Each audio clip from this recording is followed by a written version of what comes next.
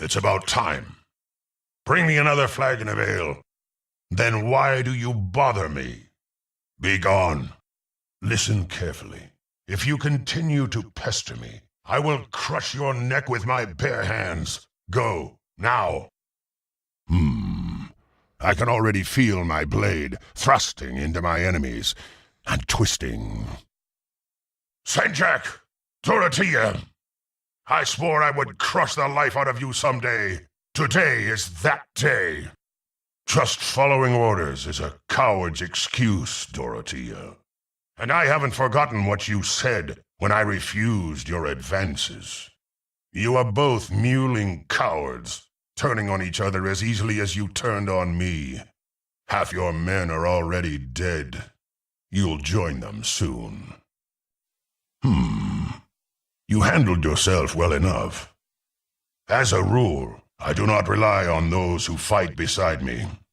Perhaps you may prove an exception to the rule. My name is Dorn, and I was settling an old score. I've been hunting those two for almost a year now. That's 2 down and 2 to go. My powers are none of your concern, unless you are looking for a strong arm to join you. Very perceptive. I suppose you are full of questions about the source of my power. Don't bother. Wait, are you... I've heard of your prowess. Traveling with you might help my vendetta, and my powers could certainly help you. My former companions betrayed me and left me to rot in a Luskan prison. I've spent the last year tracking them down. After Senjak and Dorotea, there are 2 left. My appearance often frightens those who have information I need. Investigation is not my strong suit. From what I've heard, you have a knack for this sort of thing. Very wise. We shall cut a bloody swath across the Sword Coast. Yes, Ajantis, calm yourself. I'm sure my roguish ways will not interfere with your pious lifestyle. Hold, I would speak with you. Regarding my mission, I have a lead on one of my former companions, the necromancer Kryll. She was seen east of the Nashkel mines, but I know nothing more specific. I found a woman who knew where I could find Kryll, but she did not respond well to my interrogation. Taris, as she is called, is somewhere in Nashkel. She was searching for her husband, or something like that. I do not commit such trivialities to memory. Perhaps I lack finesse, but that is why I'm following you across this god-forsaken coast. The woman with the information goes by the name of Taris. When last I saw her, she was in Nashkel, looking for her husband. When I asked this woman about Kryll, the description I gave matched the mystery woman who took away her husband. When I demanded more information, she fled. Typical. I do not. Kryll was a necromancer of some ability, and she was, let us say, friendly enough at times. But she is not a leader of men. Something is amiss. The undead rarely rise up of their own accord. This business reeks of Kryll. Step carefully. She lurks nearby. I have dreamt of little else these past months. Ever since I was granted these new powers, the desire to drive my blade into the neck of each and every betrayer has driven me forward. Despite the powers I have been granted, and my craving to tear her flesh apart, I remain cautious. It would be wise for you to do the same. I made a deal and agreed to certain conditions. I will speak no more on this matter. Bravado will only get you so far. I thought you alone saw past my half-orc blood, Kryll. Now I see you are just like the others. Perhaps Senjak was too handsome for you to ignore, but I've taken care of that. Petty! You left me to die in Luskan. There will be no forgiveness. Stand and die, Kryll. I can see you suffer, Kryll. I can see your soul writhe in the abyss. Of all my betrayers, you are the one whose pain pleases me most. Perhaps not literally, not with my eyes, but I do have channels of communication. Most men have not been betrayed by their lover. Question me again after you've shared my experience. Enough of this. Let us search the body. That note, let me read it. At last, Simmeon, the king bastard himself. Quickly, let us make haste. It matters not. I will escape any trap they lay for me. I will overcome any obstacle they place in my path. I know better than to trust the word of those I have slain already. But I sense it is true that he gave the order. Simmeon must die. Have you lost your taste for revenge? I would not have expected you to turn down a challenge. Until now, you have proven to be a capable leader. I can almost feel his presence. My patron hums with excitement about this soul. It pulses with energy. Come, we stand at the threshold. When Simmeon's broken body lies at my feet, perhaps I shall reward you with the rest of my tale. But not yet. At least you know you deserve my revenge. The others pointed to you, hoping I would show them mercy. Will you also beg? Knowing the source of my powers does you no good, brigand. Urgathaws will feed upon your soul.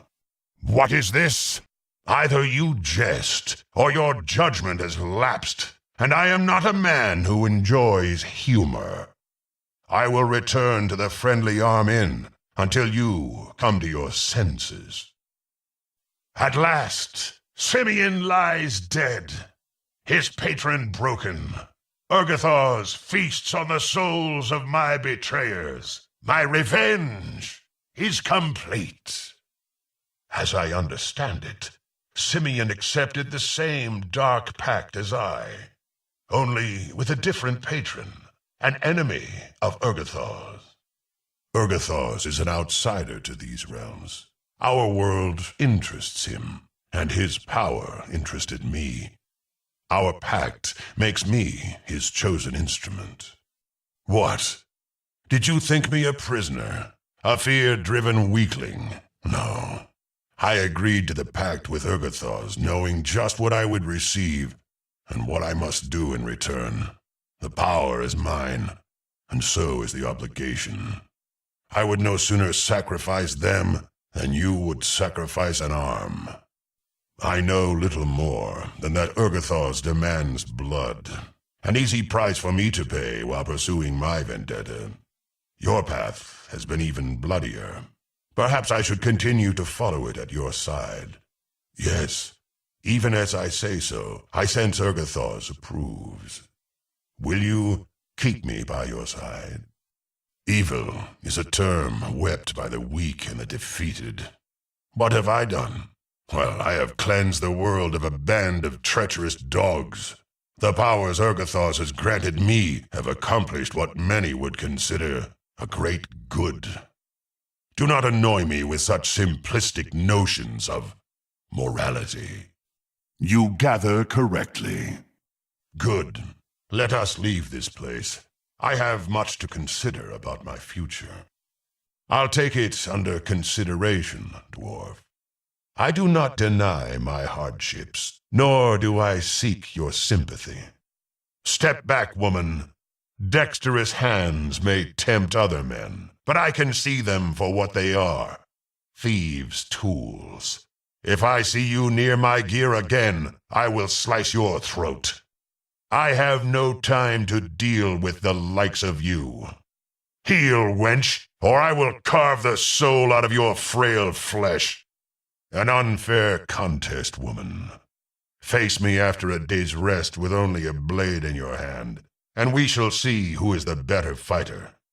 I tire of this distraction. What are you? Ha ha ha ha ha ha! You pathetic runt! Did you think your dazzling show of lights could steal my powers? Why, if I were not so amused, I would stomp you to death. Step away from me, insect. Do you worry it is a mistake to bring others on your mission? Someone could betray you. Good. My betrayers let me live. But yours might not make such a mistake. They underestimated the power of my anger to punish their treachery. That is good. But you must remain alert to any treachery. It is only realistic. I was not suspicious enough of Simmeon's gang. They masked their hatred for my half-orc heritage, fooling me into thinking they were my friends. Never again will I delude myself in such a manner. While that may one day prove true, I will not be fooled again. You can rely on me as long as your leadership remains strong and sure. Perhaps the strong may trust the strong, but it remains to be proved. You may have welcomed fools into your company, but I am not one of them. Since you ask, the miniature thief? You even have to ask? A fine warrior, but she serves her god before she serves you. I would watch where he points that bow. I distrust her witch's ways and phony shows of virtue. Hear that? The Red Wizard bides his time, waiting to take control. That seducer lives off the women he deceives. She cares too much about roots and squirrels. The conceited fool serves only himself. She is a foolish child. She serves the harpers, not you. The dwarf loves only gold. Anyone can buy him. A sneeze would make that stammering coward surrender. He has already proven himself weak for love. He is a mighty warrior, but he loves that gerbil above all else.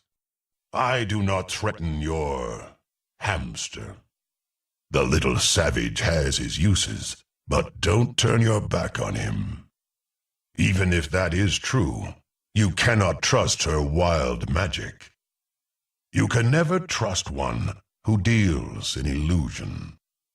The sanctimonious hide their true motives behind platitudes. She uses her wiles to manipulate men. She cannot be trusted. Her hatred of men makes her unpredictable. She betrayed her father. She will betray you. And listen, she speaks of conspiracy. Need I say more? The drow serves only her dark goddess. The elf mutters doom and defeat. You can never trust the mad. So you see, even those you hold close cannot be trusted. The weak fear the strong, and their fear leads either to servitude or desperation. One such as you or me must always beware the treachery of the desperate. Do not mistake my companionship for servitude. I bend my knee for no one. You take much time to talk with people we could more easily sweep from our path. That may be true for some, but not for Dorn Khan. You cannot trust their words, only their actions. You cannot be so credulous. Everyone lies. Impossible. Even one such as you must dissemble sometimes, if only to yourself. Your argument is persuasive. Guile is a sort of strength. You give me food for thought. My blade talks for me, and it always speaks truly. What? Do you dare mock me? You dare talk to me like that? You put yourself in danger. You dare test me, trifle with me at your peril. Your uncertainty is a sign of weakness. You must be decisive. You must show your strength. Then you are not who I thought you were. Disappointing. I had thought better of you. What if I were? Yes, you are right. You alone could defeat me. That is why I choose to remain with you. A worthy companion. If only I could believe.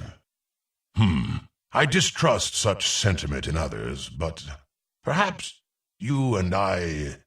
Oh, enough of this foolishness. You wish me to leave? If that is your wish, I will leave you. What? What are you saying? What others say about me? Who dares gossip about me? Never trust a halfling. Die, backstabber. Die, battle wench. Die, half-elf. Die, witch. Die, red wizard. Die, cur. Die, druid. Die, minstrel. Die, you simpering child. Die, harper. Die, dwarf. Die, you stammering weakling. Die, elf. Die, simpleton.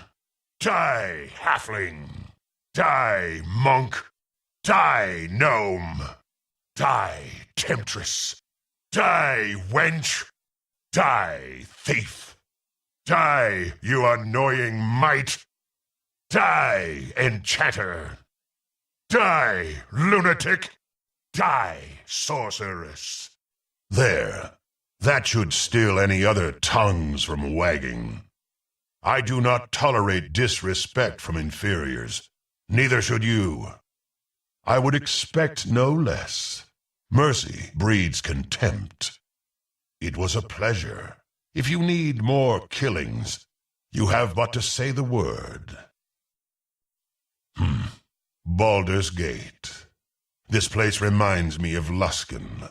Both cities teem with wretches unfit to grovel at my feet. Your feigned innocence is amusing. These people are sheep compared to us. We stride through the world as kings, and the weak tremble at our approach. The tale of a man who woke up, hammered on iron, and fell back into bed several thousand times is no story at all. It is pathetic and sickening. Yes, you and I are not like these livestock. Our names are destined to be known far and wide. Perhaps. As for my past, you have only to know I punish treachery. As for the present, take comfort in knowing that no one shall stand between you and your goals so long as I remain at your side. After ogres raided my tribe in the spine of the world, my human mother and I escaped to Luskan. There, I discovered the nature of civilized men. The only difference between them and the orcs of my tribe is that they are weaker. From them, I claimed my first blades. A group of explorers hired me to protect them as they sought lost treasures all across the Sword Coast. Riding across the mountains, slaying all challengers, and plundering ancient temples are good ways to start a legend. But now, the blood I most wish to spill belongs to my former companions. They betrayed me, of course. Exactly, the treacherous curs. Jealous of our success, rival bands spread word that we were tomb robbers and thieves. Local lords sent forth their men to capture us. Our leader, Simmeon, decided it was time for a show of force. We pillaged the town of Barrow, slaying men, women, and children to show their lords not to trifle with us. You are squeamish? You are not ready to hear the rest of my tale. They were more subtle than I realized. But that is a tale for another time. Yes, and so I thought at the time. But there was more to Simmeon's plan. But that is a tale for another time. What do you want? I take no pleasure in idle chatter. Perhaps it is time I revealed more of the story. We met little resistance from the villagers. They had few warriors of any merit. Those who dared defend themselves soon fell to our spells and swords. Then it was only a matter of slaughtering the women and children. Well, we were not the sort to take prisoners. The only knot I know how to tie is a noose. A mewling child like you couldn't accomplish the least of my bloody deeds. Don't be so naive. I did not permit it. I led the charge. If I'd been more wary, perhaps it would have ended differently. Standing among the corpses like gods of destruction, I smiled because I felt the ecstasy of triumph. Perhaps I am a monster. Better for you that I fight at your side, rather than stalking you through the darkness. As I was about to discover, they were not my friends. The slaughter at Barrow was only half of the plan they had made without me. Even remembering this tale makes me angry, and that is dangerous for everyone, including you. Ask me again later, when I am calm. Let me guess. You have been wondering what the smiles of my former companions meant after the massacre at Barrow. Rather than silencing the pleas of the fallen, my companions turned their weapons toward me. We need a scapegoat, Simmeon said, and we think it should be you.